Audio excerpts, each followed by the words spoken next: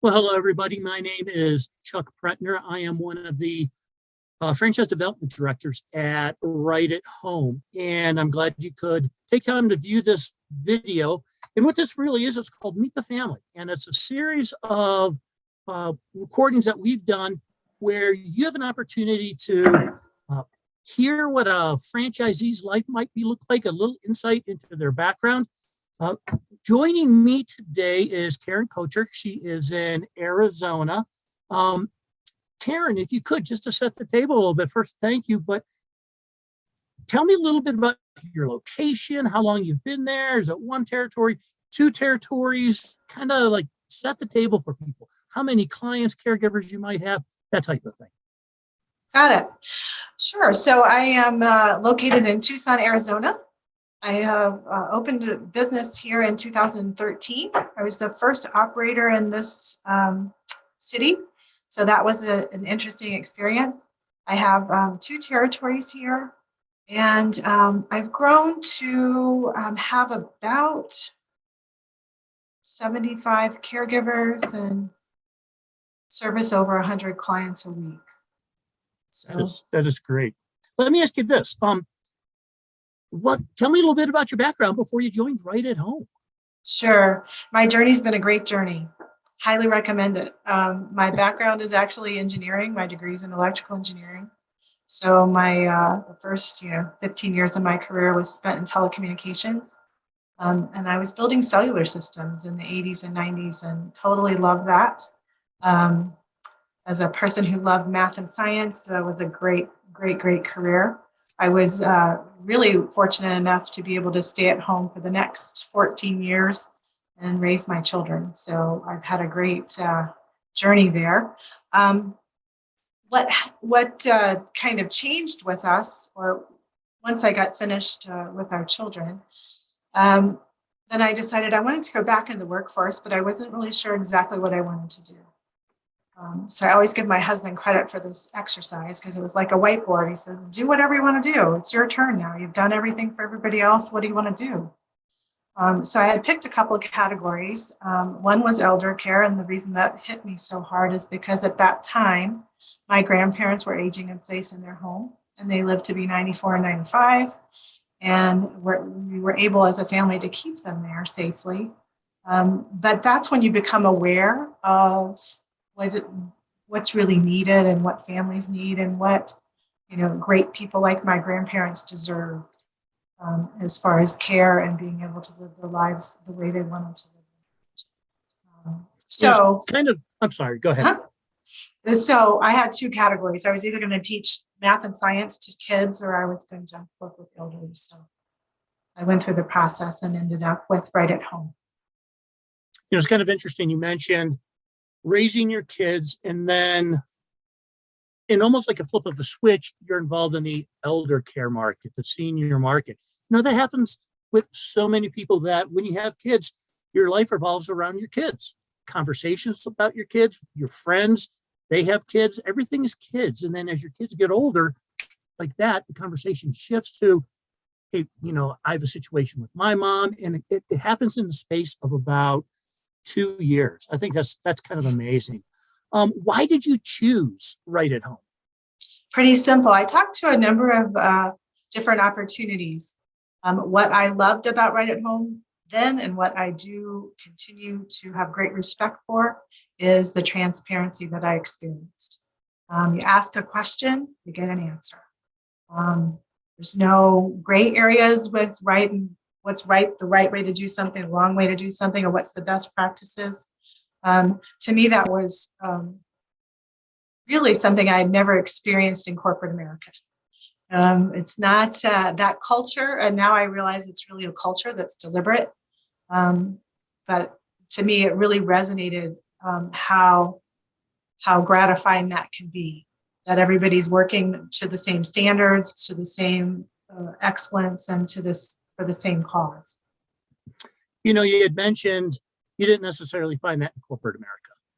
How have you developed your culture different, say, than typical corporate America? And what are some of the things that maybe you've been able to take pride in your business?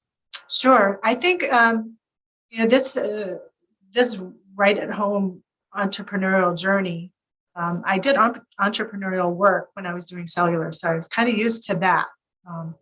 But it came with a lot bigger constraints and bigger bodies of people.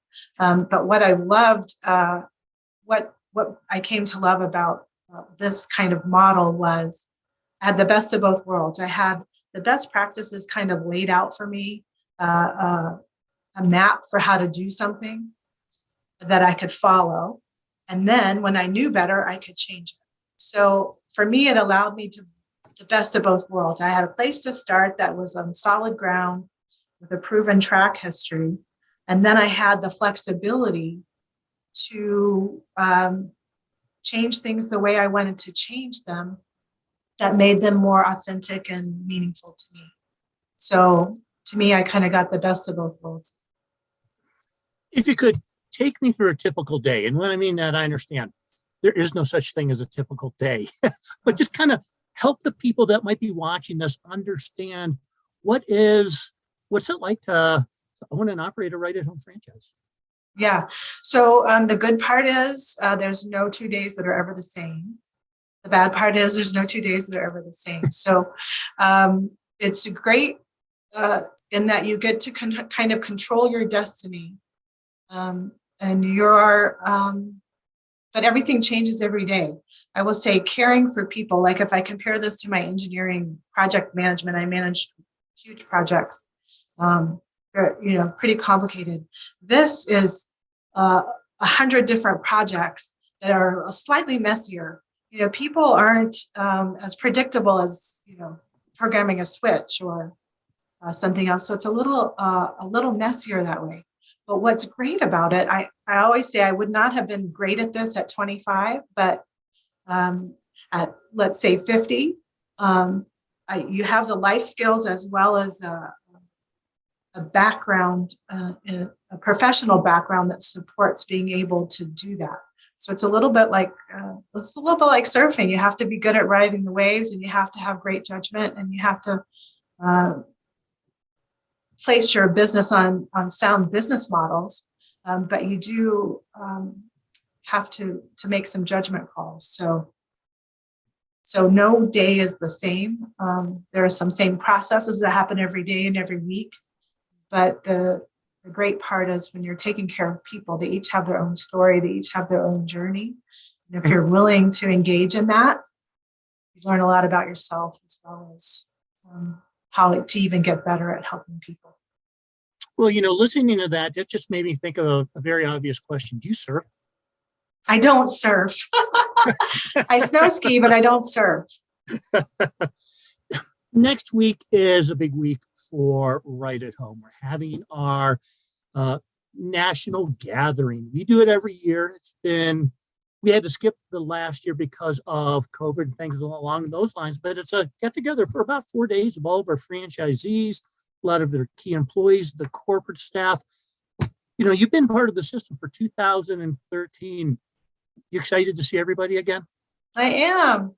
One of the things that kind of clicked with me after engaging, I have been to every home improvement and participate in a lot of the programs that Right at Home offers.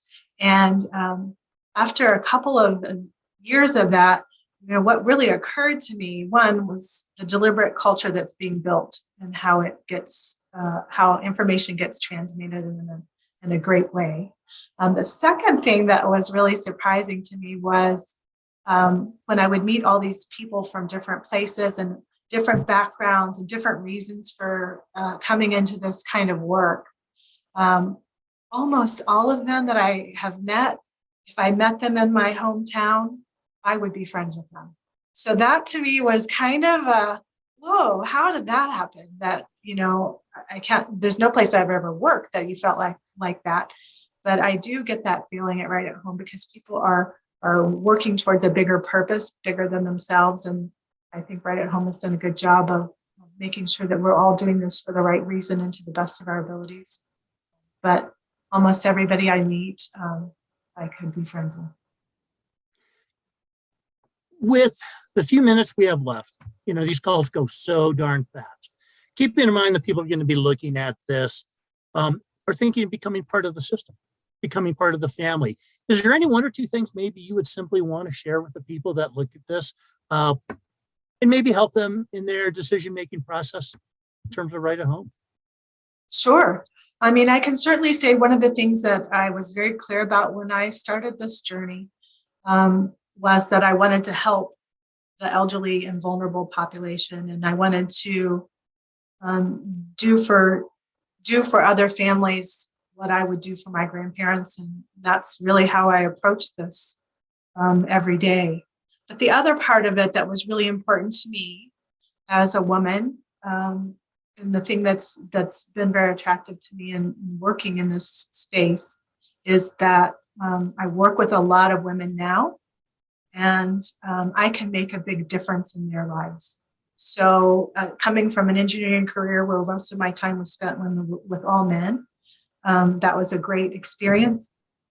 But being a great employer and being able to make a difference in people's lives, women and men, but mostly women, work in this space and to have an impact on their lives and their children's lives and help them reach the goals that they would like to reach, is really very fulfilling.